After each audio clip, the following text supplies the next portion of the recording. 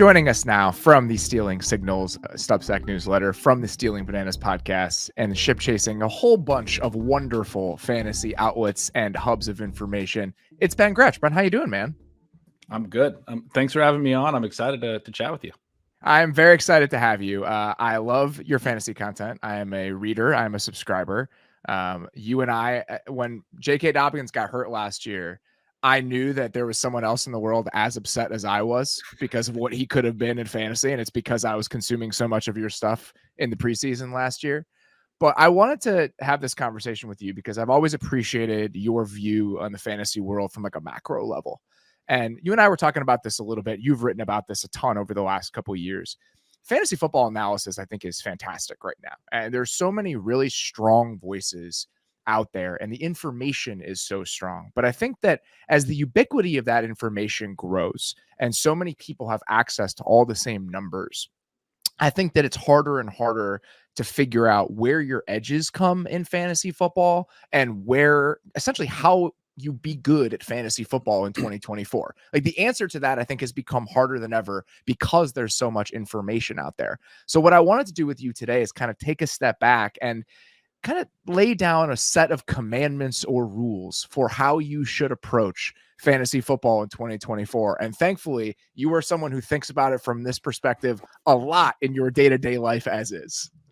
That's right. I do really enjoy thinking through the macro of it, thinking through the sort of the market element of it. You talked about the ubiquity of the stats and the data, and it's out there. I mean, like this is in no way trying to criticize fantasy analysis, but a lot of it is repetitive. And then that gets built into the market. The perception of players is very well known. And so this is a game where our whole job is to try to find value, is to try to figure out whether there is some type of exploitable edge somewhere, as you mentioned. And it's difficult with a lot of the stuff that's out there that is already baked into ADPs. And this is going to be different in different, league types and and we'll get into all of this, but I mean, it's different for the people that have been grinding best ball all off season, have been thinking for months compared to the listeners that are just thinking about their home league draft that's coming up in a month. Those are very different atmospheres. So how you approach those, where the edges are, what is exploitable in those situations is different, right? But ultimately, the rankings and a lot of that stuff is going to be looking at a lot of the same data. And it does raise that question, as you said, like, where are the edges at this point? And I think there are a lot of people out there whose work and whose success in this space, you have to have respect for it, like what Pat Kerrane does and people like that. But you've acknowledged that, Pat and Pete, who you also work with, they're building these massive portfolios in fantasy where they're really understanding how to diversify their assets. And they're really looking at it from this macroeconomic perspective. But you look at it from a perspective where it's a lot of like player talent and a lot of things that I think even people in their home league can appreciate if they're not grinding best ball and not approaching it from this portfolio centric kind of view in the way that some of those other guys are. But yeah, I think that's a fair take on it. And I mean, why I still really try to focus on the player takes is, I think, certainly something worth talking about, because whether I'm right about those player takes or not, it gets to this question of where the edges are. One of the things we were talking about a little bit before the show is like with a lot of this data, with a lot of that, like it being out there, one of the things I see in a lot of fantasy analysis today is looking at big data samples and figuring out, what has the best R squared, what has the best correlation to fantasy points and those types of things.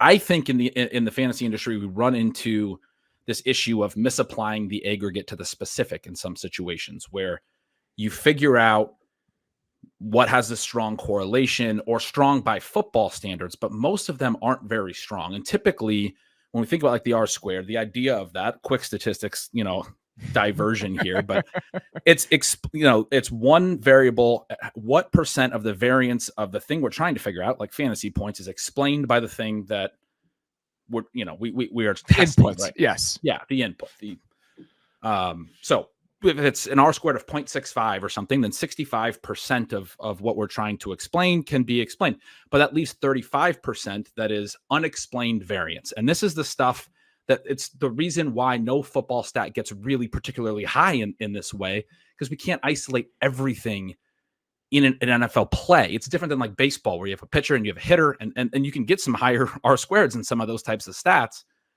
and like stability points and things. We can't get anything to stabilize in NFL stats because they're very short seasons, right?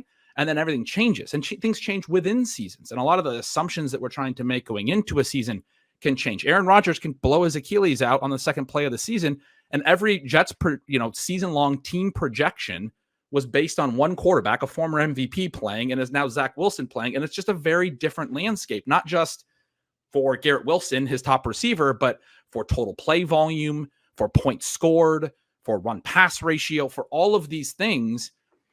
And that was sort of when you mentioned to me this idea of, the commandments, that was sort of my first commandment. Is like chaos is sort of the rule in this. So let's get into that, because I think that's a really good jumping off point, because this is the first thing that you wanted to mention. And I think that it's such an interesting counterbalance to this idea that there's so much information out there. There are so many stats out there, but your first one was chaos is actually the ruling factor in fantasy football.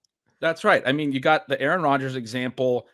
Another great one is the Colts last year, Anthony Richardson. So I'm in the middle of doing my projections right now. So I'm always reminded this time of year how hard it is to actually predict this stuff. I'm really deep in the weeds, and I've back tested my projections in the past, and it's more teams than I think people would think that the projections are just way off for. So the way that I've looked at it is just the three like high level stats: team plays, pass attempts, and run attempts. And how many teams that I was massively off on, like 50 plus pass or run attempts and 100 plus plays, which is it's a lot to miss by.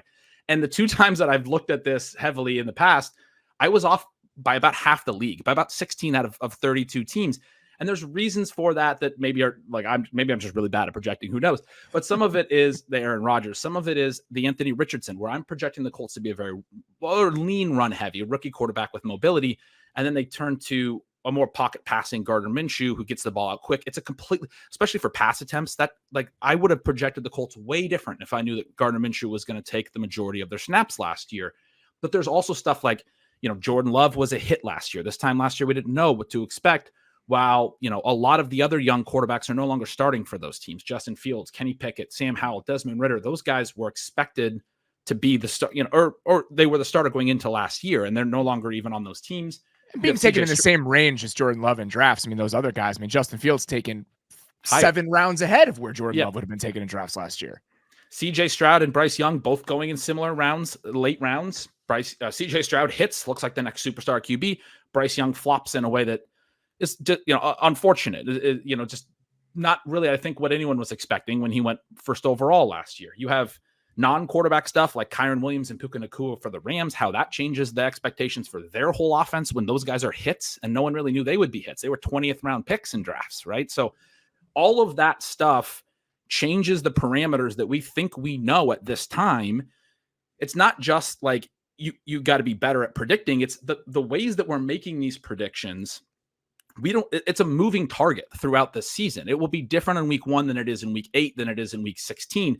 And so strategically, we need to think about it differently than trying to predict things and draft the perfect roster for week 1 that's going to be the perfect roster for week 17. Instead, we need to think about how can we build in contingencies, and how can we, from a strategic perspective, we're building this team, but we need to understand that it's going to need to evolve throughout the season. Our running back in week 3 might be different than our running back in week 15. And how do we approach things so that we can maximize our success in a notoriously difficult to predict environment that we're looking at?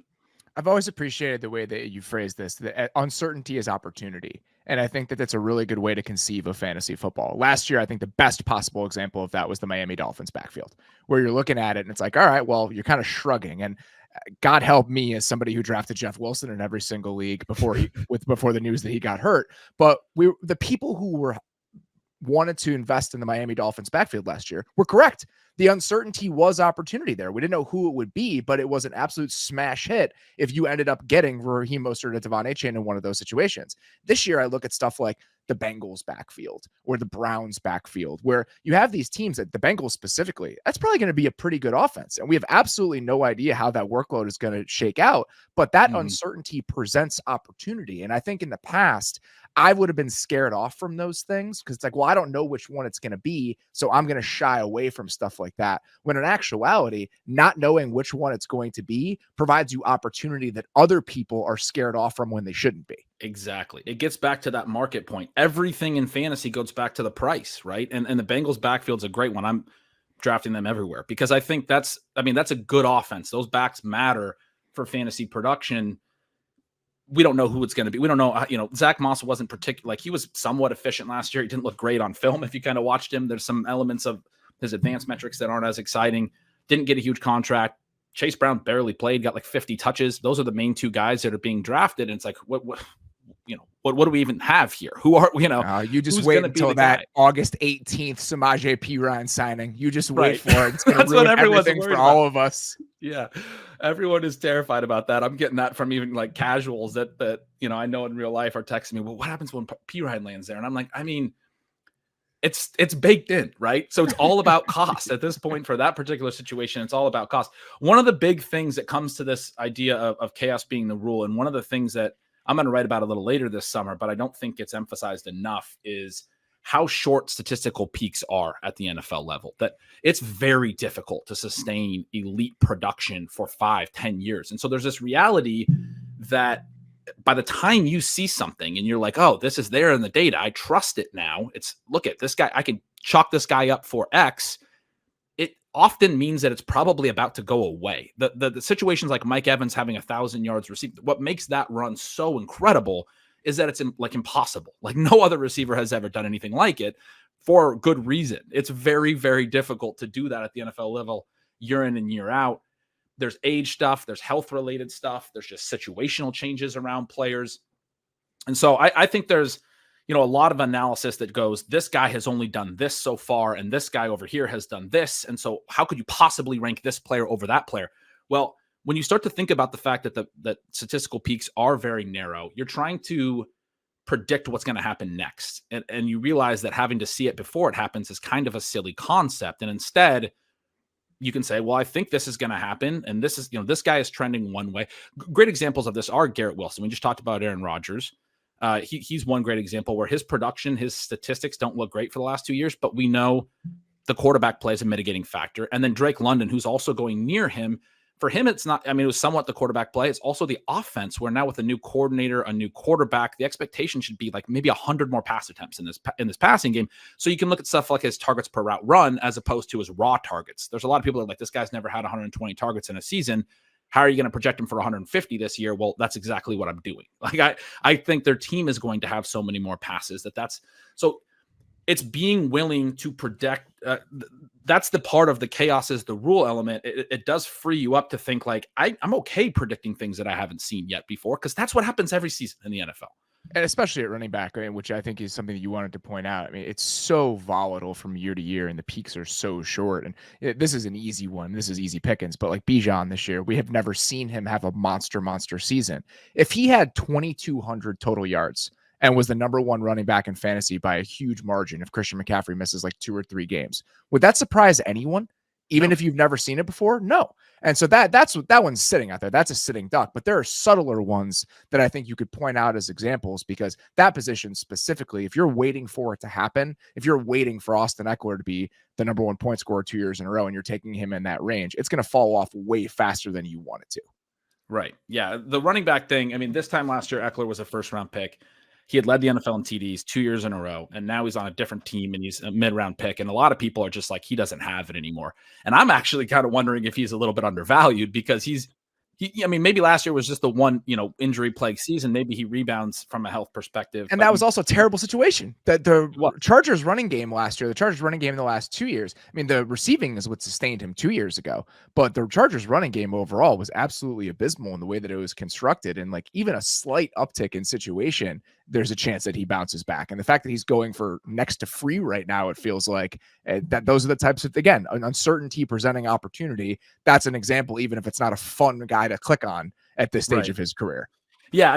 So one of the big things at running backs is anytime you get, beyond, this is just the unfortunate reality of the data when you look at it, but you get beyond like age 25 and you start to see efficiency fall off, it's very hard for players to reverse those trends typically. And that is an aggregate data set thing where there's not a lot of even specific examples that refute that. Having said that, I think Eckler could be somebody who could at least bounce back some, and he is so cheap that, again, it's all about cost. But again, last year, this time you had like Miles Sanders was going to a new team. Alexander Madison was going to start for the first time now that Dalvin Cook was gone. There was a lot of excitement around those guys. They're basically undrafted right now in most drafts. There's a lot of people, like, for example, that were very certain that Najee Harris was a workhorse. This is another one of those things where the past data would say that Mike Tomlin only uses workhorses. And a lot of people referenced that this time last year. And my argument was, and not to toot my own horn, but Najee Harris had been relatively inefficient. Jaylen Warren had been efficient. They had some quotes and some stuff. They're like, we want to incorporate Jaylen Warren more. My argument was essentially, it doesn't have to be the way that it's always been. That's again, the rule. The chaos is the rule. And we did see that. It was more of a 50-50 split throughout the year. Now, Najee Harris had one of his better years of his career last year. Looked better in a little bit of a lesser role. But yeah, I mean, that was something that people are just looking at the past trends and saying it has to be this way because it's been that way. And that's not really the way to approach fantasy football, at least for me. That's not my approach. The Miles Sanders and Alexander Madison examples, I think, are very good ones. And the uncertainty is actually opportunity, because certainty can lead you astray. If you think somebody is profiled for this amount of workload, if that guy isn't very good, or if the situation isn't very good, none of that matters, right? Like, we think the things we think are likely to happen are probably far less likely to happen than we're willing to admit at this stage of the calendar. And I think that happens all of the time. And the Alexander Madison point, I think, brings me to the second commandment here that you wanted to talk about, which is what? Yeah, the second and the third, I think, go together really well. So the second is that talent matters. And the third is that team situation also matters, right? So it's like, well, I mean, one or the other. But to your point, a lot of times you get the people who are very into the projections. So I'm doing projections now. I like to do a podcast with Mike Leone over at Establish the Edge, where we talk through all the different teams and our projections, but we also talk through how a lot of the parameters that we're basing these projections on are going to be a moving target, like we just talked about. There's a lot of people that get really into the projections. Like, again, for fantasy baseball players, you can look at fantasy baseball projections and draft your whole team off of those. And in a lot of cases, it makes sense to do that. Fantasy football is a lot different because there's so many layers, and the way that everything can impact a player that he doesn't even control, like the Aaron Rodgers injury impacting the whole offense top to bottom, right? And so you described a situation like with Miles Sanders or with Alexander Madison, where there's a lot of people that are projecting opportunity onto players that maybe don't have the talent to hold that role through the chaos of an NFL season, the ups and downs and the things that will occur. We saw, obviously, Chuba Hubbard just take the role from Miles Sanders. Alexander Madison pretty much held on. Ty Chandler started to work in a little bit more late, but he's since been let go. I mean, the team more or less tacitly admitted in the offseason that we weren't content with his production, and they let him go. He's now with the Raiders. And so, the cream rises to the top. And one of the big things that matters for the talent side of it is to have, like, we are searching for outlier seasons. We're searching for players that have these league-winning statistical peaks, which are like unprojectable. Like, we go back to this projections conversation. You can't project what Puka Nacua did last year. You would be insane if you did that for any other, lesser touted rookie. You would be off by a lot, right? It's like, it's very difficult to foresee that type of a thing. But that's what makes him such a superstar. And the key, and such a league winner for fantasy, the key is that you need to be efficient on your touches. You need to be a talented, it's not just about projecting opportunity. So a lot of people focus on the role and they focus on the projected opportunity. For me, where that edge exists now is in talent, and it's different for different positions. It's a little bit different for running back, for example, where opportunity does drive it more. It's more notable for wide receiver and tight end, where the talent is. We can see who earns the targets, who wins in man coverage, and those types of things. But team situation also matters. There's great talents that can be hampered by team situations. Again, I go back to Garrett Wilson. I'm very high on Garrett Wilson coming back. I totally understand that. Garrett Wilson's going to come up a lot on this show in several different categories, because I was going to bring him up for another point that you wanted to make. Yeah, I mean, that's a guy where, I mean, you get the efficiency gets hampered. The players can be hampered by team pass volume. Again, go back to Drake London, Kyle Pitts, and Arthur Smith's offenses were last or second to last in pass rate over expected the last 2 years. So that's going to really make it difficult to have an outlierish ceiling as a receiver when the team's not throwing a whole lot.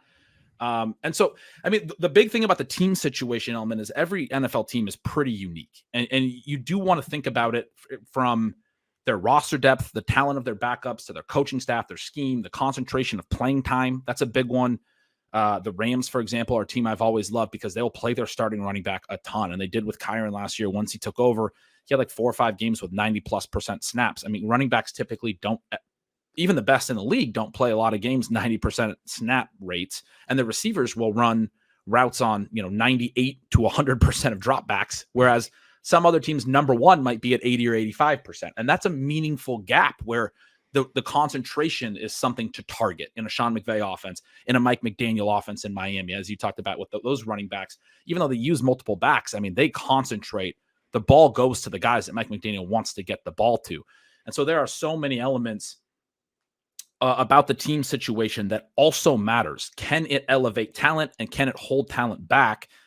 You still need talent at the core. That's the part that I value more. I want to be drafting players that I think are good enough to do outlier things, be absolutely superstars, run for 2,000 yards, catch 150 balls, whatever it is. I mean, those are massive, statistical numbers, but you don't hit on those types of players drafting a guy just because you're like, oh, I project him for X amount of touches. I don't think anyone drafting Alexander Mattison last year, not to pick on him too much, but I don't think anyone was projecting him to be an outlier efficiency player. I think they thought that the workload was there. And that's one of the biggest mistakes I see from all levels of fantasy, from home leagues up to high stakes. It's more about talent, but the situation does still very much matter. Yeah, it's interesting. Like a guy like Brandon Ayuk last year, going into last year, I think is a really good example where this guy is clearly talented and you're just sitting there being like, I don't know, like how many balls could he possibly catch when you look at the amount of miles to feed, how little they throw the ball. And from what I remember, you weren't deterred by that. You're like, I don't really care about that. Like that guy's just really good at football. If that guy's better than everybody else, there is a pathway for players who are that good to overcome whatever situational anvils might be tied around their ankles. And if you drafted Brandon Ayuk last year, you were very, very happy, even if going into it situationally, there were a lot of cases against his upside as a fantasy football player last year. And his early career is one of those weird ones where this again, it gets to where like context is necessary with everything. He had that year where he was kind of in Kyle Shanahan's doghouse, didn't play a lot. And so his numbers didn't actually really speak to what he was capable of doing last year. You're right. I was really in on him. He was the guy that I talked about a lot, where he was the biggest drumbeat player for me last year, where everything out of San Francisco camp was like, this guy's ready to absolutely hit his ceiling. And the reason I was willing to bet on him was a concept I talk about sometimes, I call the long view, where, yeah, some of the statistics in his recent NFL weren't perfect. He didn't have a 2.0 yards per out run season yet. He had some good ones, but not great. That's like when you break into like a really strong number. And then he went out and had a 3+ yards per out run season, one of the best in the entire NFL last year. You don't jump that much unless you have other stuff in your profile. There's stuff from his collegiate profile. So that's when I talk about the long view. We always kind of liked this guy in the analytics community for what he could become. And then you start hearing Debo and Camp say, you can't guard this guy in a phone booth. You start hearing the coaches talk about this guy's he's put his head down. He's never been in a better situation than he is right now. He's ready to absolutely explode. You hear the other teammates talk about him in that way. And you're like, I mean, at some point you throw out the data and you just say like, not throw out all the data, because it's that longer view data that does mean I like this player for a reason. I have a reason to believe he could hit a ceiling in his career in a long view sense. And then you listen to what they're saying out of camp, that this is actually the year that's going to happen for Brandon Ayuk. I don't do a lot of the drumbeat stuff because there's a lot of camp hype pieces, but Brandon Ayuk last year was the one that you wanted to be in on, just from what people were saying in San Francisco. I'm very curious who that guy's going to be this year. Because obviously, like the Puka Nakuas of the world, who fucking knows? Like it's like those, you're just throwing darts for the most part. You can be slightly smart about it, like you talked about, and snap shares and just overall health of the offense. I think is a tiebreaker. Obviously, if you're looking at situations where you think that offense is going to be elite, trying to grab players from those just because there are pathways to production there is smart. But with somebody like Ayuk, it's like he was going as wide receiver, like 25 to 30 last year. So who are those guys this year where there's going to be somebody that, all right, we're a little low on him for this and this reason. And I'm talking myself into like Zay Flowers being one of those guys where it's like, oh, well, Mark Andrews is there and yada, yada, yada. But you watch him, it's like, that guy's just good. All the other outside circumstances, I understand being a little bit down on it for this reason and that, but that guy's just good. And I think over time, if that, even if it's a very simplistic way of thinking about it, is one of the things that is driving your mindset fantasy football wise, it's probably going to lead you to more success stories than failures. That's right. And I mean, and that's really the point. The other thing that I think people miss, and you're getting on, we're going to, people who have listened to me on podcasts before know I love to get off on tangents, but this is, you're driving me to a great point here where people assume that every pick has to be some type of a win, right? Like a small win. And so they make more conservative picks than they should throughout a draft. The reality that you, especially if you're in a home league, it's a little different for best ball because you can't make changes to your roster. But in a home league and those types of things, the reality is your roster is going to change a lot from draft day to the end of the season. You're going to cut a lot of players. Players are going to get hurt and players are going to bust. We don't predict this stuff particularly well, and especially across different positions particularly well. The bust rates are higher at running back and at tight end as well, which I like to take, early tight ends. Wide receiver, a little bit more stability. I'm a big proponent of earlier wide receivers for that stability because the best receivers we typically know.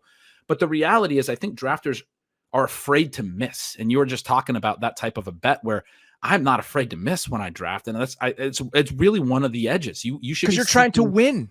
You're trying to win. You're trying to win. You're not trying to get third place in your league and consistently put up like moderately good scores each week. And the whole idea, the whole premise of trying to stack a bunch of little small wins at each pick and then build a roster that across it is going to have enough value to win gets you third place. When you swing it for the fences a bunch, maybe your roster will break down. Some of my teams do. That's why I played a lot of different leagues because I take this really extreme upside approach. But a lot of the time when you're attacking that type of player, you do wind up, you really only need a few hits. That's kind of the reality. If you hit on a Brandon Ayuk or a couple more key players in the later rounds, hit on a Raheem Mostert, like you were just talking about the Miami running game, you're going to be in great position. Even if you have a lot of misses in your early round stuff, you're going to have paths to succeed. You can still finish third with just those two guys almost, and then you have the potential to finish first and really dominate your league. So that's a really key one as well. Just seeking upside and understanding that you're not going to be right on a lot of stuff. It's again, freeing. Understand, like, I can't predict this, but I want to look for these tail outcomes, these, top upper 95th percentile outcomes of it. We talk about range of outcomes, and I like to use the phrase probabilistic ranges. I focus a lot in the probabilistic range on those upside cases. If everything goes right for this player, what does it mean? How good can he really be? Is he efficient enough? Is he talented enough to break the NFL? Bijan Robinson is, right? That's a guy, like you said, can do something that's just so incredible this year with a new coaching staff, new quarterback. Maybe everything rises in Atlanta. They're projected in the betting markets to win the division. They have a weak schedule. There's a lot of reasons that come over from the Rams. The coaching staff comes over from the Rams where they're very concentrated in their snap shares. I was just talking about that. Bijan plays 90% of the snaps in some of these games. Yeah, he's going to have a monster season, I think. He's a guy I'm really excited about. So, yeah, I mean, seeking that type of upside is really a key to fantasy. Are there talent, quote unquote, metrics that you look at for certain positions? Obviously, you can't use numbers for all of that stuff, but as we're trying to bring a little bit of structure to how you make talent-based bets, are there a couple things at each position that you consistently look at? For sure. At receiver and tight end, I look at the per route run metrics a lot. I like targets per route run because it's simple. We were talking about the R squared and those types of things. It's not as predictive of fantasy points for various reasons, but it tells me what I want it to know. And then I can apply the context to the unexplained variance of targets per route run. But targets are important, right? That's the one thing we do know. Targets matter a ton for receiving production, and targets are mostly earned. Good receivers have high target shares. They get open consistently. So the targets per route run guys that are really good at it, tend to be able to produce at a really high level. Yards per route run is also cited a lot and is very important. That just adds in basically yards per target. So you have targets per route run, you have yards per target. That equates to yards per route run. Yards per target is an efficiency stat that's going to tell you how good the player is after earning the target, his catch rate and, yak and all of those things. And I definitely want to pay attention to those things. There are players that have really good targets per route run, like a Deontay Johnson, that are maybe not as good on the after the target efficiency.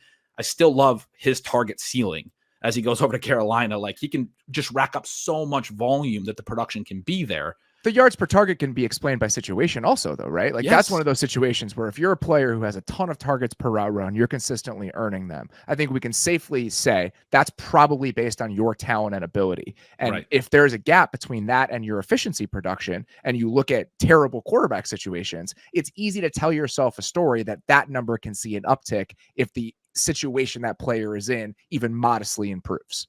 Right. And Deontay Johnson, that's backed up by like ESPN's open score and Matt Harmon's reception perception. Everyone agrees Deontay Johnson gets open at will, right? There's no, and so if you just think about how could he have a monster season? Well, if the yards per target is just good one year instead of being, it's been pretty bad at times. Like if he scores 5 touchdowns in a given year, right, then he's a star, right? Because the targets are going to be there. He reminds me so much of Jarvis Landry, who people never wanted to draft, but would just rack up targets for his whole career because he's unexciting. And we were talking about talent. The key for that is whether or not you say that his after the target efficiency relates to talent, the ability to earn targets at that level is talent and at the receiver position. So in terms of the advanced stats, advanced in quotes, because there's more advanced stats out there, but I really care about, can you earn volume at a high level at receiver, at tight end. At tight end, you do also want to look at route share, pass block rate, because a lot of the tight ends just won't get out in routes enough. It's a key difference between the tight end and a receiver position.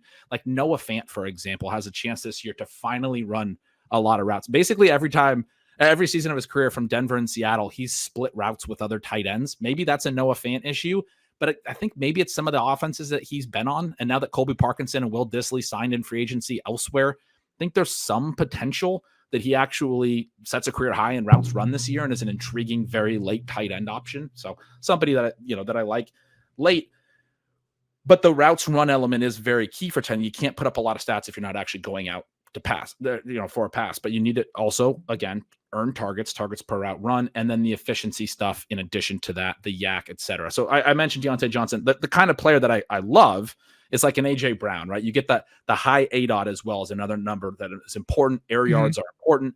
You get a vertical profile, an ability to earn targets, and an ability to gain yards after the catch and do a lot with the ball in your hand.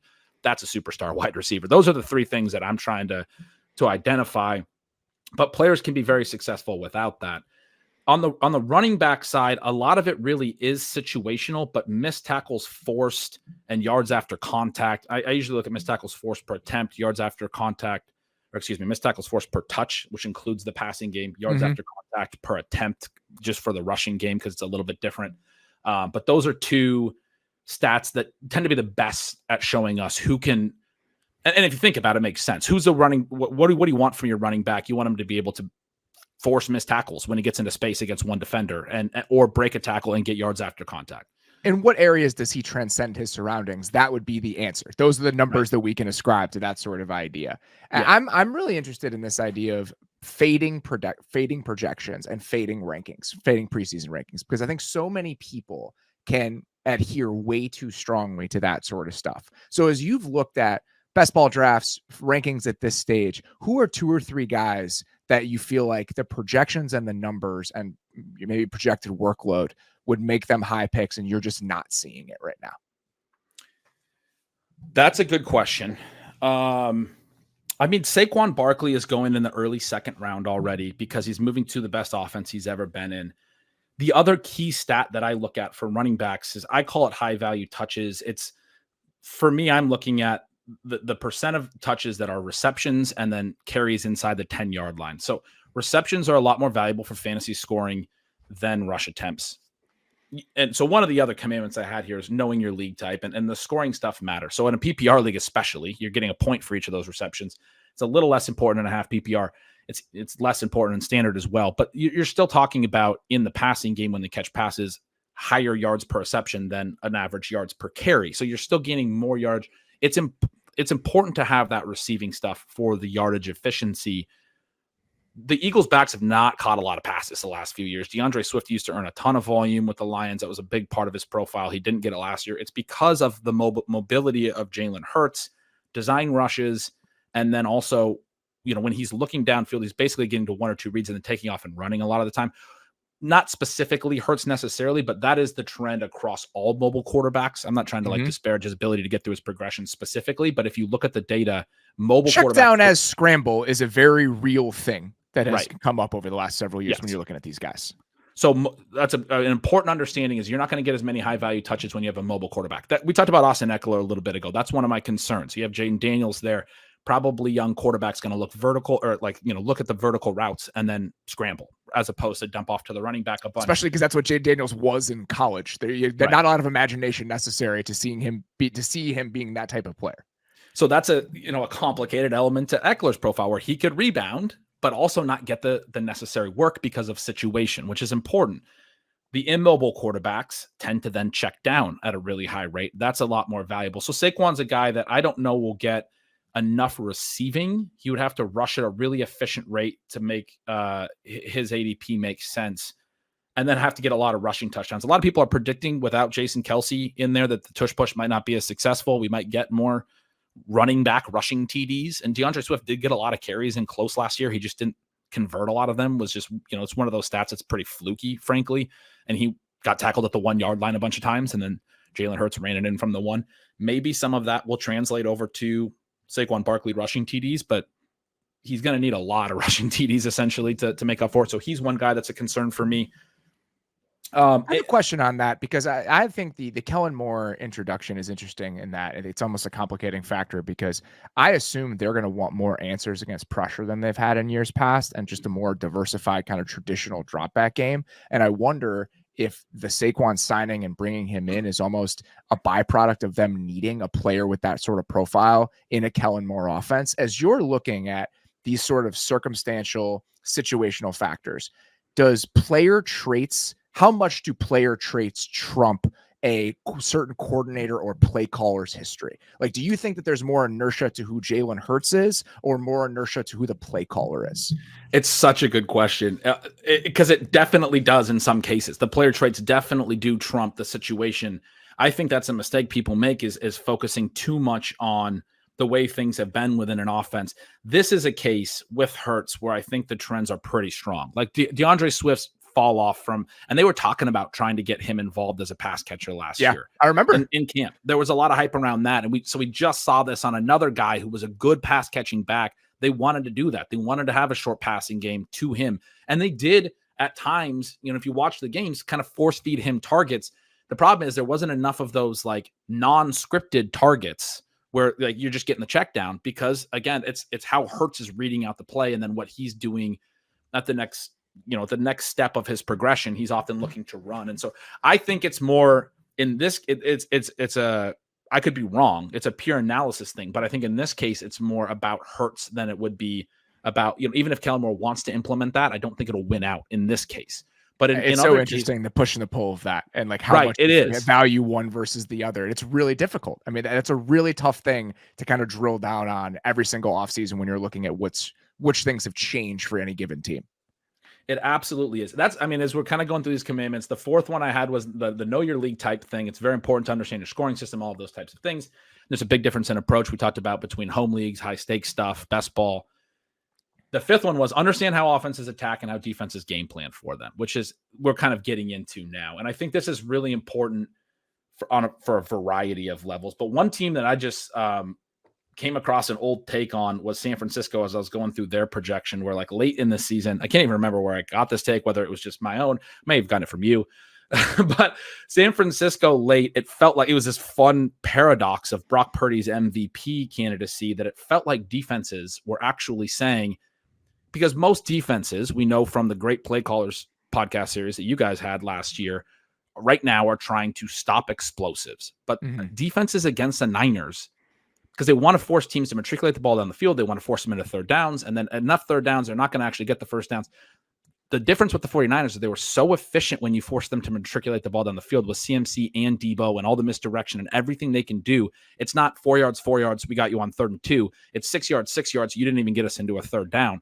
It seemed late in the year, defenses were saying, we have to take away McCaffrey and Debo, and we have to let Brandon Ayuk in his high A-dot role get one-on-one downfield a lot of the time and make Brock Purdy beat us.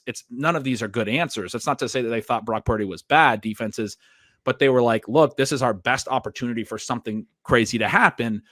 I think the taking away the explosives is thought of that way too. It's the best opportunity to get a stop. If you just get them on third down, maybe there's one incomplete pass, and then look, you forced them to punt. You don't want to give up a long touchdown. You want to try to make them move the ball down the field.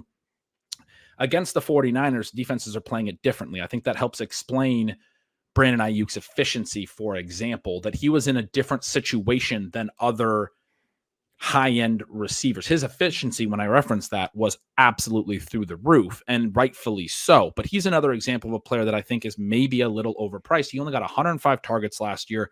He's going in the second round right next to like a Devontae Adams who got 175. Now, we just got done talking about efficiency and player talent mattering, and Brandon Ayuk's one of the best examples of player talent that I want to be in on. But now that he's going in the second round and he got 70 targets fewer than Devontae Adams, and he has a very similar situation this year, it's difficult for me because really you have to keep all of that efficiency that he had and add volume now, because he's got to be able to earn more targets. And where's that coming from? Because they got other players that are not getting enough touches. They have so much talent and so many weapons there. It's tricky. I do still ascribe to the idea that you should probably just be drafting every player from the 49ers because their offense is so efficient and so good. But his price is one that is a little tricky for me in relation to some of these guys that can stack up 170 plus target seasons like that. But thinking through each individual offense, what they're trying to accomplish, how it works, and then how defenses game plan for them, I don't think that comes up enough in fantasy football analysis, the real football analysis, listening to shows like your show to understand how the teams are actually trying to approach things is going to help you understand which players are going to benefit. Typically, I want to be attacking the players that the team wants to feature for one reason or another, as running their offense through. And Brandon Ayuk, for example, fits that. But I think I would argue that the 49ers offense is sort of like CMC and Debo are the meat and potatoes stuff, and then Ayuk is the play off of that in some regards, rather than the focal point. And I think the 105 targets speaks to that. So that is a really key element across all of fantasy football over the years. But again, I referenced that play caller series that you guys did. Is one of my absolute favorite things I've ever seen done in football content. I've referenced it a ton in my writing, as you know, but it talked through how defensive approach is evolving.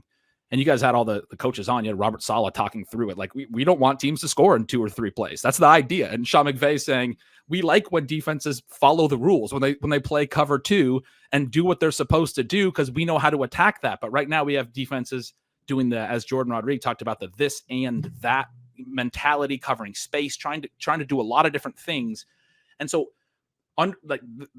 right now in 2024, the way that we analyze fantasy football is affected by what's happening in real football, right? The NFL always kind of goes through eras and things change. And you have to understand that where we're headed is a little bit different than where we've been in terms of what's going to win in fantasy football. I love that. And I also think about the Niners specifically and why they're able to attack teams in manners that most offenses can't. I think that personnel manipulation is going to be a huge driving force for just offensive success. We've already seen it, right? If you look at the teams that I think are outliers in terms of personnel usage, the Niners use 21 personnel at the second highest clip in the NFL, or the first highest clip in the NFL. It's up there. You look at what the Dolphins do with how much 21 personnel that they use. To look at the Rams and the fact that they use 11 personnel at the clip that they do. It's all about being able to dictate and manipulate defenses. So with the Niners specifically, they're living in this world where it's all this 21 personnel with this extremely efficient running game and the highest profile running back in the NFL.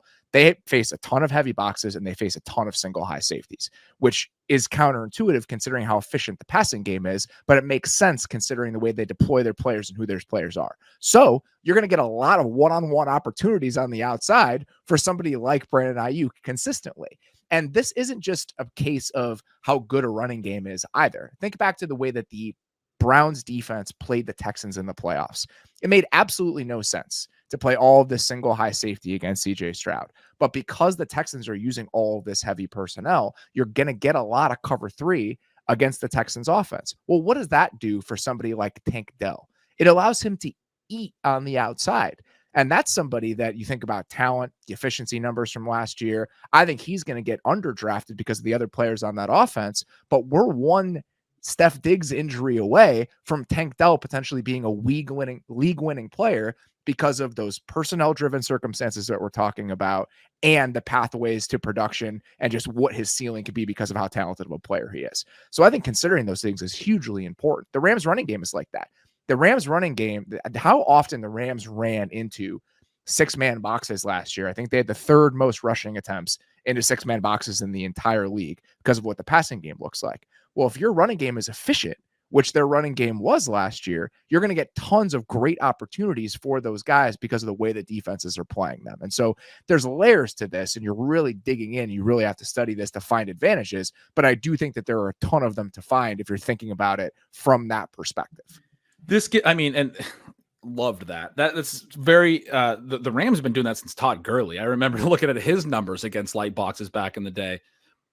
This gets right back to that whole idea of unexplained variance. All those little nuances in the different offenses that you just talked about are why the aggregate data can't get to an R squared of, for any stat can't get to this massive R squared that people want, because there's nuances that influence the data, right? There's 11 players on the field, and the way that the different teams scheme and line up and their personnel and what they're trying to accomplish is why we don't have the same thing as in baseballs we were using earlier, where a hitter comes up to the plate and bats against the pitcher, and that's can be isolated. We can't isolate all the factors, all the variables that influence one snap in football because of everything that you just said.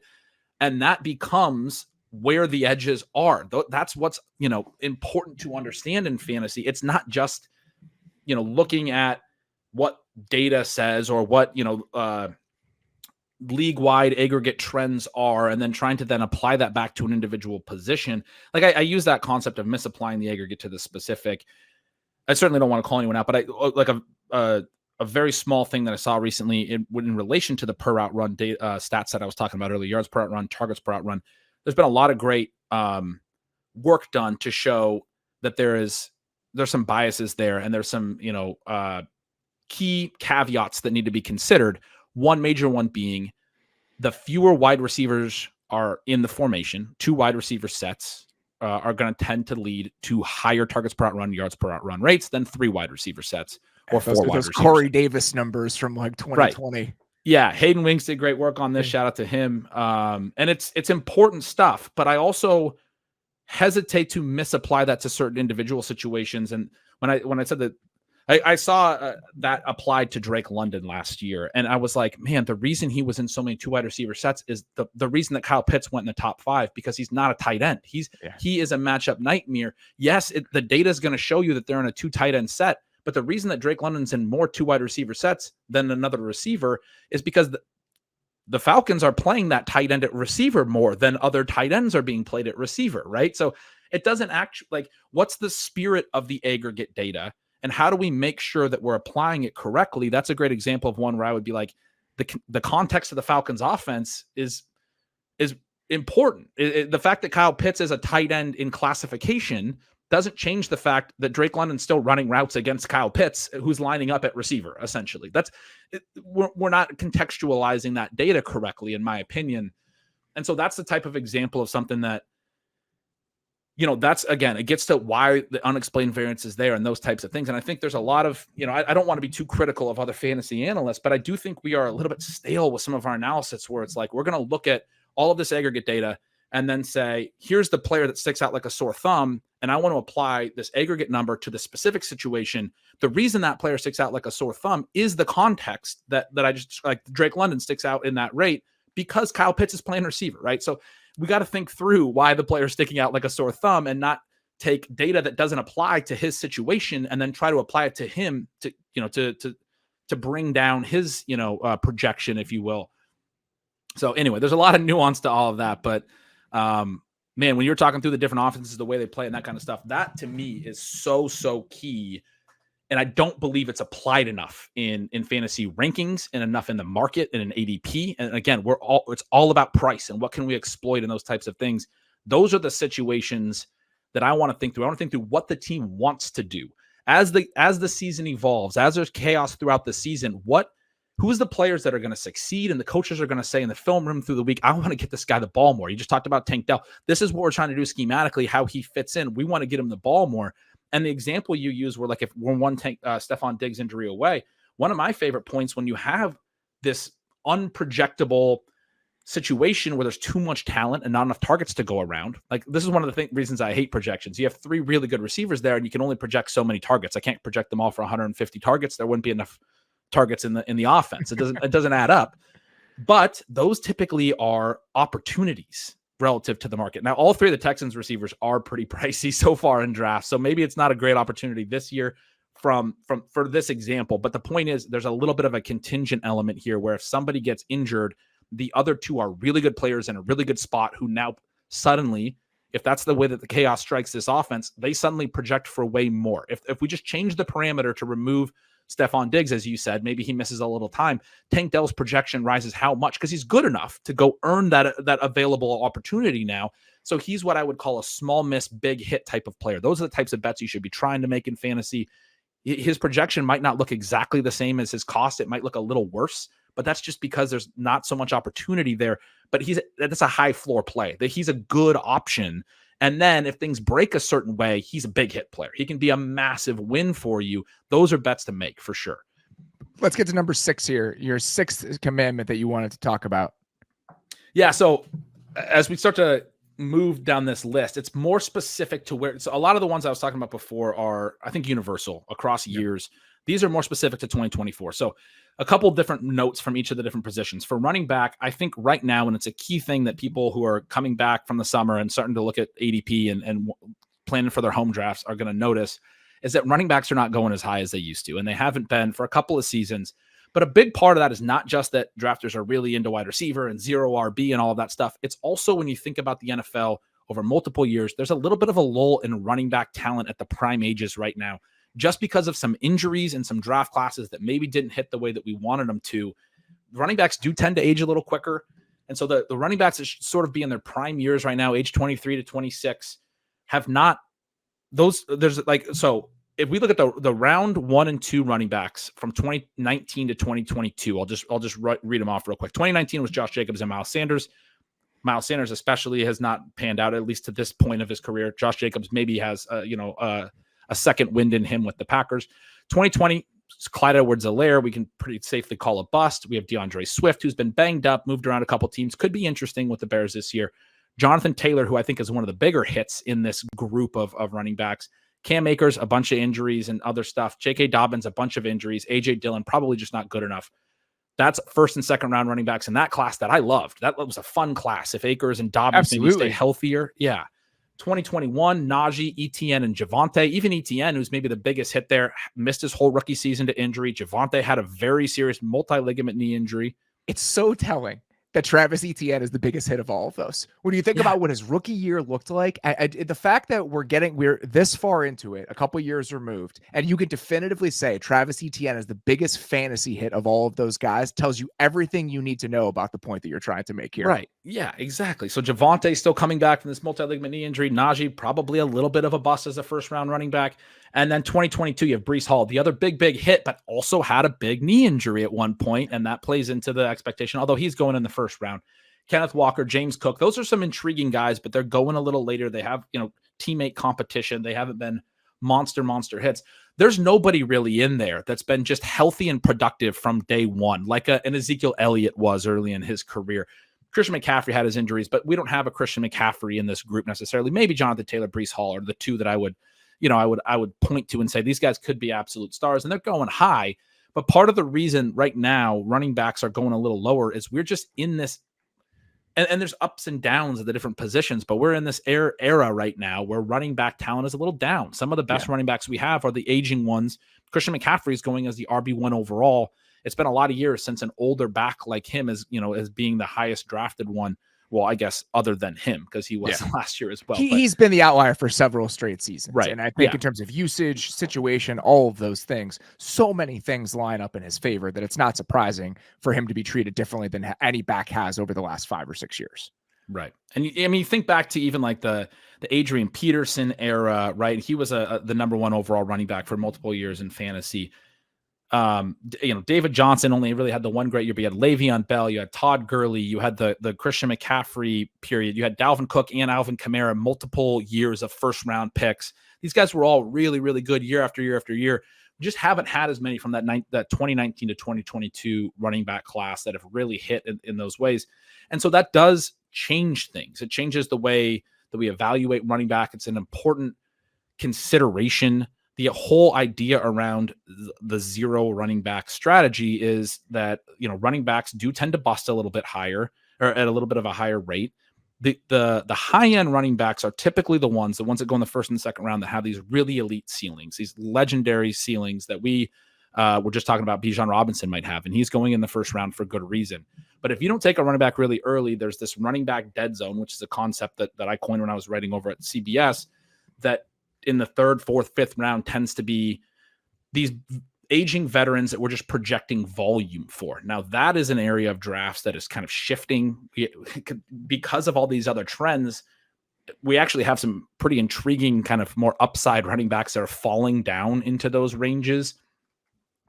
It's the running back landscape is definitely shifting and changing and getting cheaper and different to play. But as it gets cheaper, I still like to play it later because you can get some pretty intriguing players like a Javonte Williams in round 8, 9, 10. And so now that's in best ball. That depends on a home league. You probably won't get that price because running backs are probably going to go a little higher in home leagues. But it's an important point in general, I would just say, that the lull in running back talent due to this run of weak recent draft classes is a reason to be a little bit more wary of stocking up on a lot of running backs early in drafts this year. I think you're going to get more unsettled backfields.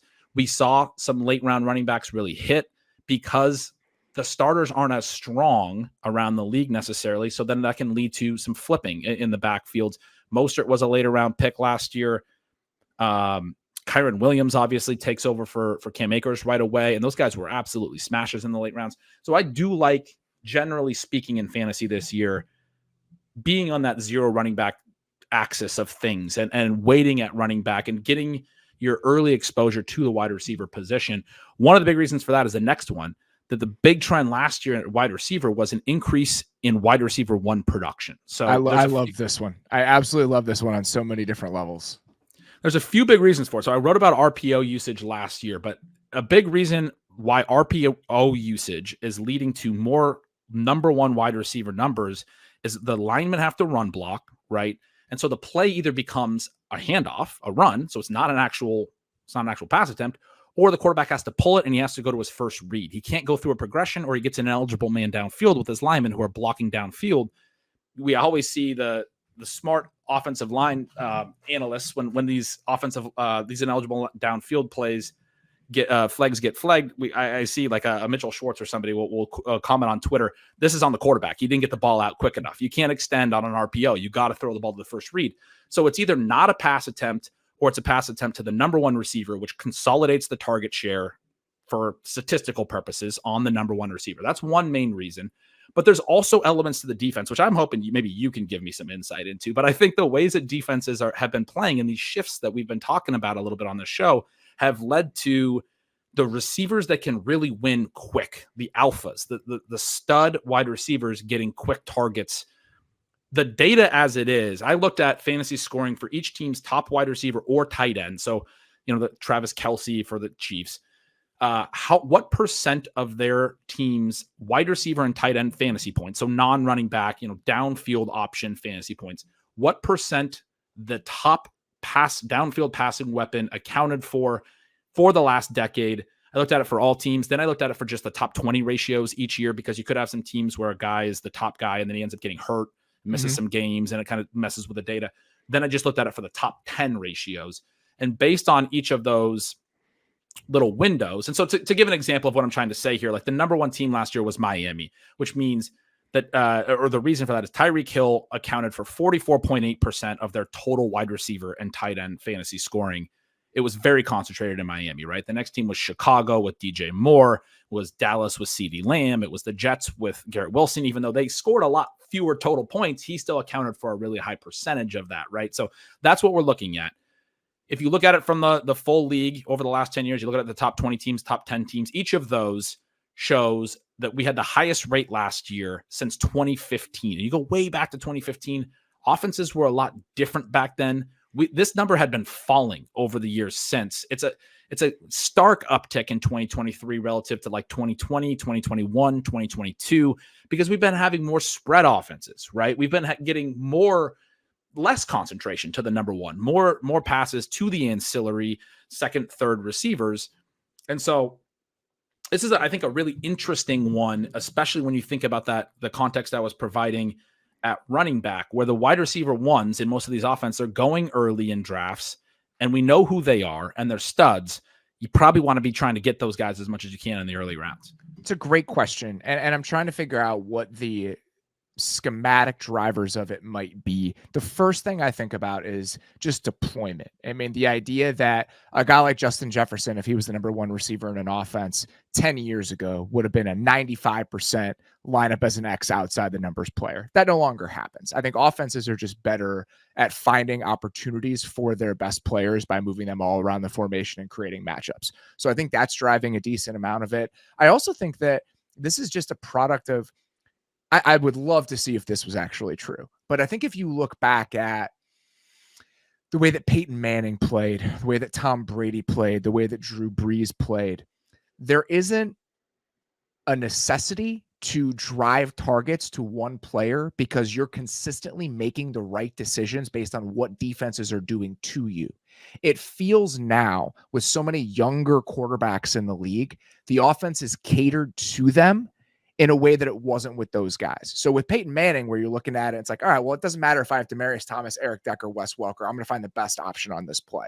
A guy like Tua or a guy like Jalen Hurts at this stage of his career probably isn't able to see the game that way. So the way that the offense is fed to him is, this is your best player. Let's throw him the ball 30% of the time. I don't know if that's necessarily true, but if you think about where these guys have ended up, some of these number one options, and the stage of these quarterbacks' careers when they've landed there, that's often been the case. Think about when Stephon Diggs got to Buffalo, when A.J. Brown got to Philly, when Tyreek Hill got to Miami. It was as these guys are in year 2, year 3, where you're having to kind of streamline the offense to them and give them a consistent option. So again, I don't know if that Jamar Chase in Cincinnati being a similar sort of situation, I don't know if that's true, but anecdotally, that's what I would probably land on. I mean, that makes sense. There's a significant enough shift in the data that there's definitely reasons. I think those are as good a reasons as anything I can come up with. I like those anecdotal ideas.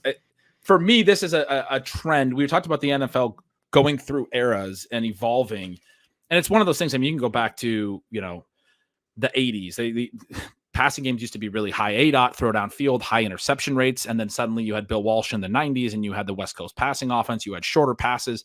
ADOT falls as a result, higher completion percentages. We end up in the 2000s, more, heavier passing rates. But even like at that time, you're still seeing a lot of like fullbacks in passing games. We finally evolved to where there's these pass catching backs, Darren Sproles and Theo Riddick and those guys for an era. And then those guys kind of go away because teams want to keep the same running back on the field for every snap. Tight end has become a lot more important in the last decade than it was 20 or 30 years ago, league wide, as far as how much volume goes to the tight end and how fantasy scoring looks at the tight end position. And so the sport just is always evolving, is the point that I'm saying. There's always that. We talk about the punch and counter punch between what offenses are doing schematically, what defenses are doing. The last few years, we've seen the ADOTs continue to drop with quarterbacks and passing and shorter passing. And that's one of the big things that I'm concerned about with the current trends is the more vertical passers, with defenses taking away the explosives. You have some of the, vertical receivers. You have some like specific receivers, like a Gabe Davis is a great example, where he's still been efficient after earning the target, but his targets per run have just fallen every year because he runs these vertical routes, and defenses, especially in Buffalo, we'll see what happens in Jacksonville. We're basically like, that's what we're taking away. We want you to have to matriculate the ball down the field. That's how defenses approach Buffalo. Marquez Valdes-Scantling last year got a career low, I believe, in targets per route run, got basically nothing down the field because no one's letting Patrick Mahomes have options down the field, and that's where he's running his routes. And so all of those, types of trends are important to understand, these macro trends over time. But a lot of that type of thing, the fact that these deep threats aren't getting as many targets, for example, it does seem to be back to the wide receiver one, back to the, and we're seeing so much of it right now. I think my answer, along with the quarterbacks, because I do think that's part of it, but I think explaining why this would be the case for veteran quarterbacks who don't necessarily need the offense catered to them, I do think this is about usage and deployment. Because I think that where we saw a real shift in this, 2021 is the season I would probably point to, because that's the year where the target numbers for Cooper Kupp and Devontae Adams were just absolutely insane. And I remember talking to Aaron Rodgers the year after Devontae Adams left, because we were talking about how the passing game would be structured. And he told me that Devontae Adams was the number one option on 80% of their concepts. 80 Wow. is what he said to me. And then think about what Cooper Kupp was within that Rams offense the first year that Matthew Stafford was there. And this, again, I think goes back to deployment, where you have Devontae Adams. I think Devontae's targets per route run in the slot in 2021, I can't remember exactly what the number is. It's insane. I mean, it's like over 50% or like in that range. And then Cooper Kupp is very similar, right? And I think that the Rams are such a good example where we have this guy who is the focal point of our passing game.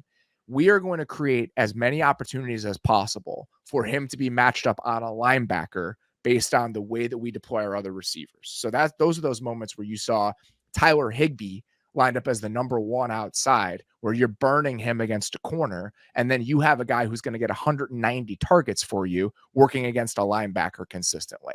I think in both the case of Adams and Kupp, that thought process would not have been the driving force behind how passing games were constructed in 2012. I just don't think they would have been. So I think as we see these types of offensive coordinators and these guys that are, a lot of them are off the same tree, but that's kind of neither here nor there. I think it's more about being young, the ingenuity, and just not fighting against the tide when it comes to building your passing game and how you want to get these guys the ball. I just think that that's the direction that things are heading. And that's probably the year I would point to as sort of a shift in how we were thinking about this. And just to give everyone a little bit of, evidence of why you're the best, I have the data in front of me. You don't have it. The Rams and the Packers were the two most concentrated passing games in 2021 in this way. And 2021 was the second highest season since 2015. So I just mentioned 2023 was the real jump forward. There's a slight tick back in 2022. But yeah, both of those were stronger than 2020, than 2020, and then 2019, 2018. That's when we really saw the numbers at their lowest, where they weren't, it was a lot more spread in these offenses. So anyway, you did identify the other really strong recent year. It's not a surprise to me at all.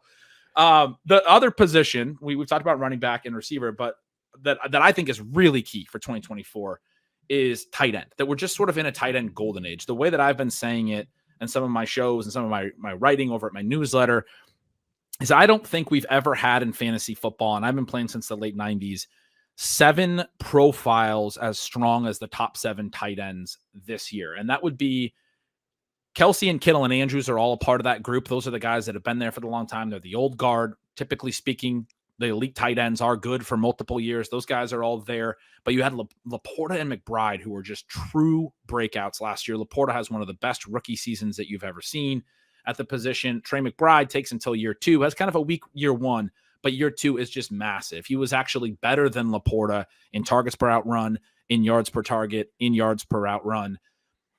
Scared off by that at all with the Marvin Harrison Jr. stuff, or no? I'm not. I actually think it's good. You think it's better. You think it's going to drive the price down? Oh, you actually think that the efficiency numbers can potentially go up, and the offensive situation is going to be better.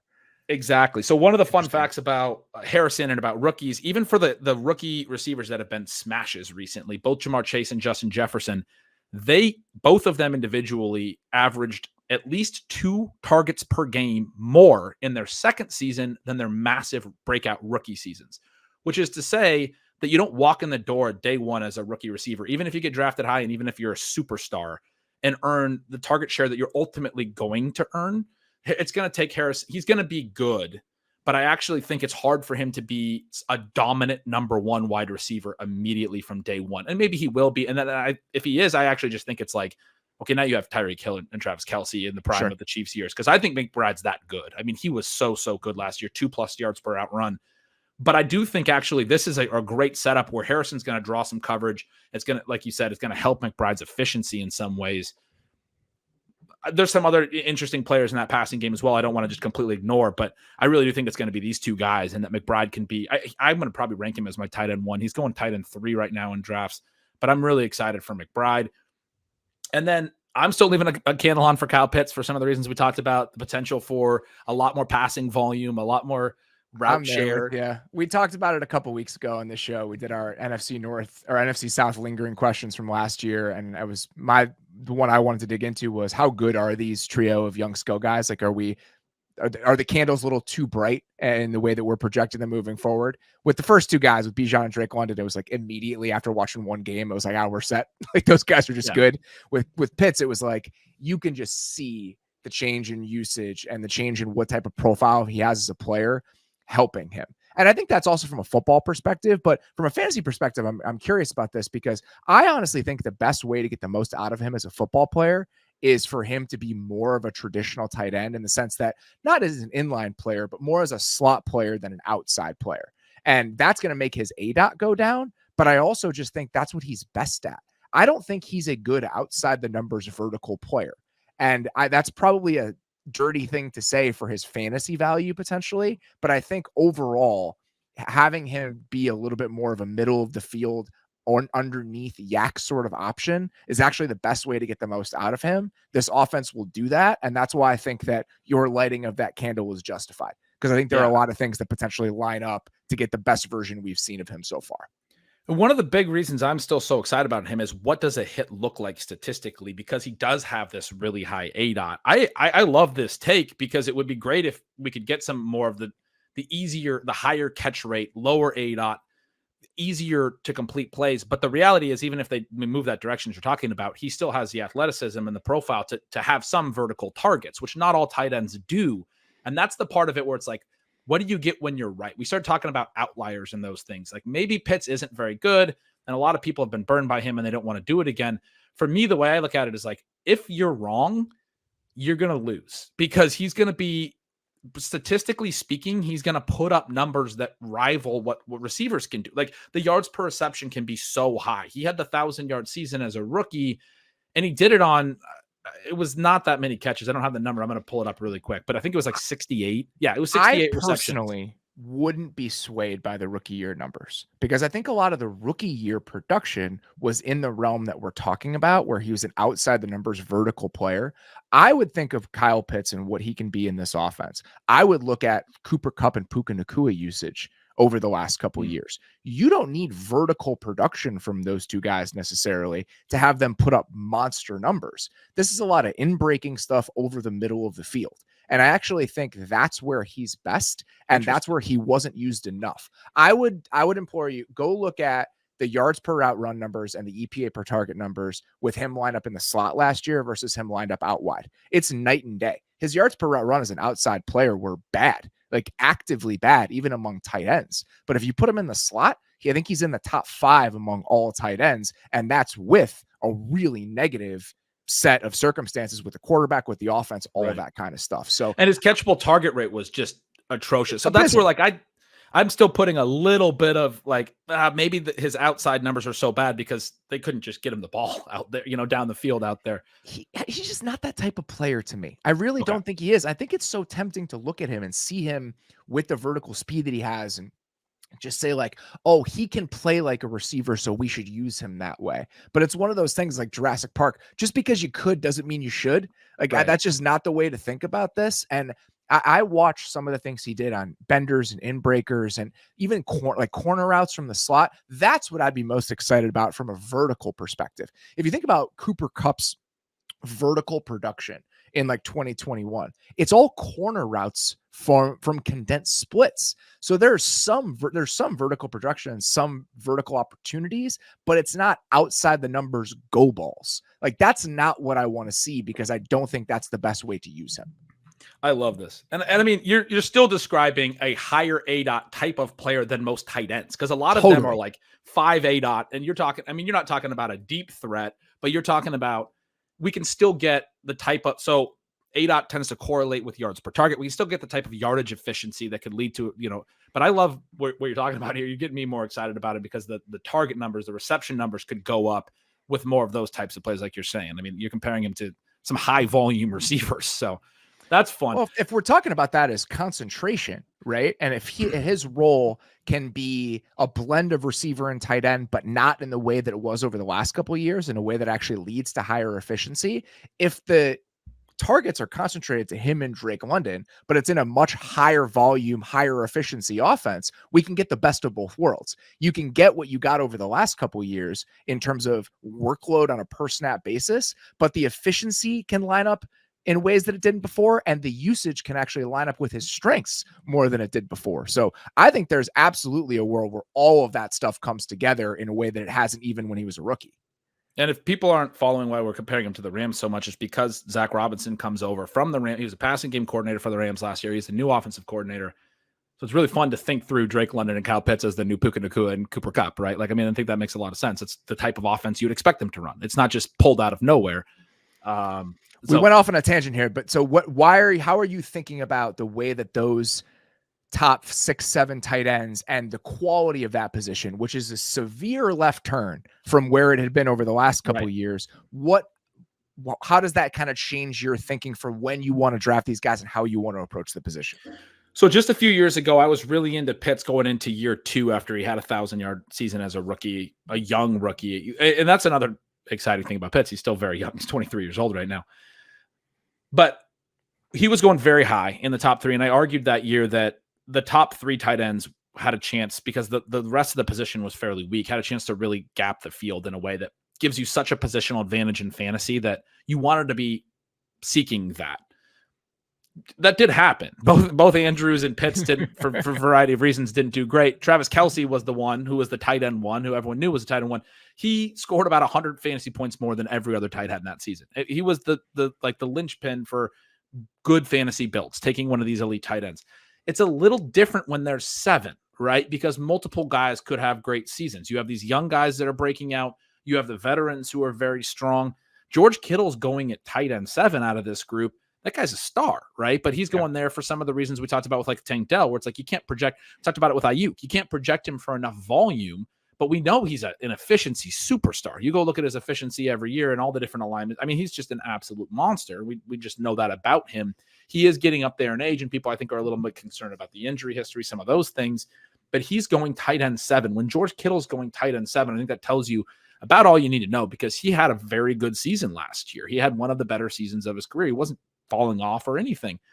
My approach is that you're probably not going to be able to replicate whichever of these guys hits. They're not all going to hit, because tight ends do have a higher bust rate. There's always more intriguing tight ends on draft day than actually pan out. And that's an important thing to remember. It's tricky, but it's an important thing to recognize. You might miss, but if you think through how the position is going to play out, if you take a late round tight end, even if that hits to some degree, he's probably not going to have a ceiling that can match what these top 7 can do, and whichever of them hits. And the odds that all 7 of them don't hit is pretty tricky. That's a hard bet to make. It's a parlay that's a lot longer of a shot. You need all of these dudes to bust for different reasons. Everything we just said about Pitts has to not happen, but also Kittle and Kelce have to break down due to age, and Andrews in the new offense needs to not be good, and McBride and Laporta's breakouts need to not translate. And Kincaid's the other one that we haven't mentioned. The offense looks like he's the one from a talent perspective I'm maybe the most concerned about, because we haven't really fully seen it from the talent, like the per route run numbers and that. But their offense is shifting in a way that he could just really rack up volume. And that's so key at tight end. I mean, he's going to basically be another guy who kind of plays receiver, more like slot receiver, a big slot, but he's going to run a lot of routes, and they need somebody to catch a lot of passes. They lost their top, their first and third targeter, Stephon Diggs and Gabe Davis, and replaced them with, lesser talents, we'll say. Curtis Samuel, Keon Coleman has some question marks in his prospect profile. Some interesting names for sure, deep into the wide receiver room there. It could be very split, but it seems like Kincaid's like the one guy who could really rack up some volume there for them. So there's a lot of things that you would have to have go wrong for you to not be chasing a lot of points at tight end. And for that reason, I like making the bet on an early tight end, especially because, again, we talked about this with the running backs earlier, but you have to think about opportunity costs when you draft, and we've kind of talked through like a draft plan a little bit. I don't love taking a lot of running backs early, because the opportunity cost is these really good wide receivers and some of these elite tight ends as well. but it's also because you can replicate the scoring. Where does running back scoring come from? You can actually hit on late round running backs. It's not easy, but they can score a ton. Raheem Mostert, Kyron Williams were the examples I gave a little bit ago. And there are players like that at the running back position that can rise in a major way, their value from draft day into what they actually are during the season. What I'm trying to argue here is it's tougher for a tight end to do that. And so I would like to use some of my higher draft capital on an elite tight end in most leagues and in most drafts and take a swing, even though there's some bust risk, on one of those 7 guys being special, along with those, with some depth at receiver, and then try to hit on running backs later that could also be big hits, like this year's Mostert or this year's Kyron. So I think those things are symbiotic. They play, those strategies play well together. I'm a big fan of the elite tight end strategy this year. All right, 2 more. Commandment 9. What do you got for me? So we did a couple position things. Commandment 9, I'm going to say that lighter players can thrive. And so this is going to be a fun one. We talked about the different eras in the NFL, but I love talking about this kind of stuff with you. We had the rules emphasis in 2014 about increasing defensive holding and illegal contact. And so over time, we've had some changes. We've had lighter receivers have been drafted at a higher rate. I think T.Y. Hilton was one of the lighter receivers to lead the NFL in receiving yards one of those years right after Not that. surprising at all. And over time, we've also then gotten to where defense has gotten to be more about space. We were just talking about this. You guys covered this on that podcast series last summer. That was so incredible. Defenders are getting lighter. Linebackers are getting lighter. The focus is on stopping explosives and running backs being able to cover more space and more room. But it has also made it so that lighter players are more viable. They, even at running back, they don't have to break tackles from huge defensive linemen and linebackers. And the key for me to this with the shift is once you start covering up the lighter players' flaws, which back in the day was like they couldn't get off hand fighting at the line of scrimmage with DBs and some of those things, it suddenly makes them optimal because the value they do provide, speed and agility in those things, they now play up relative to the value that heavier players provided, which was fighting through the hand tackles, the hand fighting, breaking tackles from the bigger defenders for, running backs, bigger running backs. It's easier now for lighter running backs to still be able to break tackles because they have, against some smaller defenders. 225-pound linebackers. Right. So I think it tips the scale towards the lighter players. And so the big reason this matters, again, we talked about this earlier, but the players that win in fantasy is efficiency. And where you get outlier performance are the guys that have the ridiculous efficiency. Devon Achane's the best example last year. He only ends up running for 100 carries, but he averaged something like 8 yards per carry, right? You're not getting that from a bigger back. I mean, ultimately, there are some guys that can do that, and they're special. Like a Jonathan Taylor had some efficiency seasons like that early in his career. Not like that, though. I mean, you're not getting what he did, and you're probably not going to get it from him next year either. It's pretty ridiculous what he did. But that type of speed explosiveness is sort of a requirement for high efficiency seasons. And so the lighter players that can thrive are very interesting to me. I do worry a little bit about wear and tear and health. 3 of the biggest lighter hits last year were Tank Dell, Devon Achane, Kyron Williams. They all missed significant time. I also think it's worth noting that as defenses get lighter, the legit size speed guys like a Jonathan Taylor, they can be that much more lethal because they can also run through a 225-pound linebacker.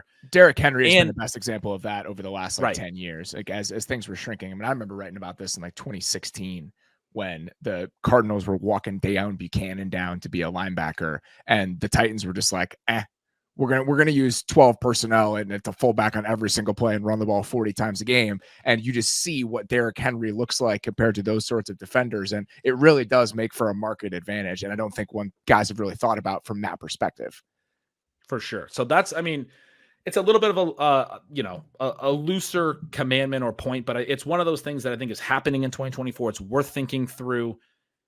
The bigger, more lumbering players and this is translate to wide receiver, for example. I hate to pick on individual players, but I go back to Kelvin Benjamin had a really good rookie season. That archetype of receiver just can't succeed in this NFL. And it's look at the other side of it, where I think guys like Garrett Wilson and Chris Olave, when they were coming in, those are small receivers. When you look at the history of the position, those are smaller, undersized receivers. And I remember even in the moment looking at them as prospects and being like, I don't know. You look at the history of these guys, there aren't that many who've succeeded. Emmanuel Sanders was somebody who was a little bit undersized and was a really good player, but you don't have that many examples. And now every year we have an example. There's a Garrett Wilson and Chris Olave in the same draft class. Devontae Smith, obviously. That's why guys like Zay Flowers, it's there's been a world where a 5'8", 180-pound guy, I would have been worried about his ability to hold up as a true number one in the NFL. I no longer worry about that. So I think it applies to running backs, but I also think it applies to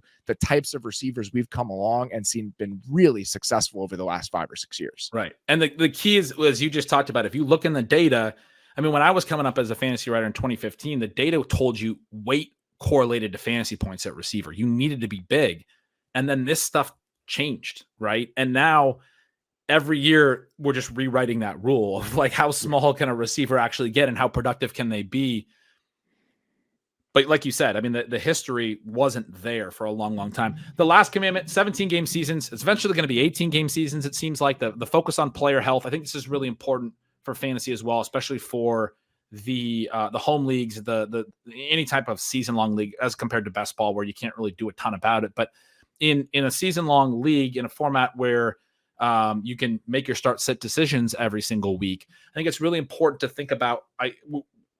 This is anecdotal. I haven't actually done a lot of research on it, but I feel like we're getting more short-term missed time situations, almost like rest, like you have load management in the NBA, almost like not to that degree, obviously, because we don't have as many games, but when guys get hurt, I think teams are more likely to say, we need you for the long haul. We're going to sit you down this week. And so I think you need to have more contingency plans built into your fantasy football rosters. And this is one of the things that gets back to, I was talking a little bit about the 0 RB strategy, but if you do take a lot of receivers early, you can start to draft backup receivers before you've even drafted your starting running backs, because you are building in this contingency plan so that if somebody gets hurt, somebody busts, or somebody's just down for a couple of weeks for a minor thing, you have good players to plug in and start. And then you can take a lot of later running backs, take a higher number of them onto your bench. I wrote in our notes here, ideally your league uses enough bench spots, because a lot of the home leagues don't have enough bench spots, which makes this really tricky. It's getting trickier and trickier. You should talk to your commissioner about it if they don't use enough bench spots, because there's a lot of times where I think people during the bye weeks, you got some guys on bye, you got another guy who's out for that week, and you're like, how do I find somebody to plug in? I got to cut a good player just to get somebody into my starting lineup. That's tough. But I think the biggest mistake that fantasy managers make, that when we think about this contingency planning thing, is trying to build a perfect starting lineup on paper and trying to be like, this is my quarterback, this is my running back 1, this is my running back 2. Then when they're drafting, they're like, I got to draft each of the starters before I can draft any of my backups. And really, you can't predict, I said this earlier, but you can't predict your starting running back 2 for the fantasy championship in week 3. It's just not going to happen. That's not the way the NFL works. We go back to commandment 1, right? It's all chaos. It's all evolving throughout the season. You need to think about your lineup spots as having different starters throughout, being sort of living, breathing things that you need to there's maintenance involved throughout the year, because chaos sort of is the rule. One of the things you can do to protect yourself and not have to be constantly trying to pick up players to fill holes is, again, try to build in those contingency plans like I was talking about, having depth at key spots. If you want to go with a lot of early running receivers, like I was saying, draft more than you need, and then you have those contingency plans on your roster. But yeah, as we go to these longer seasons and the way that the NFL is moving, I think we're getting more and more emphasis on that. We heard it from Andy Reid this offseason that Travis Kelce ran the fewest routes he had in like 5 years last year, and that was intentional. They're thinking about the playoffs. These good teams are not going to overwork players in the regular season like they might have in the 90s or the early 2000s. There's a lot more focus on, hey, we need these guys to be healthy for the 20th game in the season, not for the 8th. 10 commandments with plenty of nice hallways of conversation that I think I very much enjoyed. And I think hopefully, those examples and some of those larger macro things we're talking about, will help you guys shape your fantasy strategy, the way that you're thinking about all this stuff. I know that as the calendar turns to July, and especially as I get ready to get on the road for my training camp tour here very soon, I will be knee deep in fantasy prep and fantasy content, and few people do it better than Ben and what he's doing over there at Stealing Signals. So I sincerely appreciate you taking the time to do this with us, sir. I mean, I appreciate you. I love talking about this with you. Like I said, a huge part of my approach is the actual football stuff. You got to listen to these types of pods, your pods, to get the fantasy information as well, or at least think through how you can apply it. So I appreciate having the time to chat with you. Of course, man. Thank you for doing this, and appreciate all of you guys for listening. We're back on our regular schedule here. We will have pods on Thursday and Friday this week. Still figuring that out because we're recording this a little bit early. So what those pods are going to be, but be on the lookout. We're back to our 3-day-a-week schedule. So happy to be back. Appreciate you guys listening. We will talk to you very soon.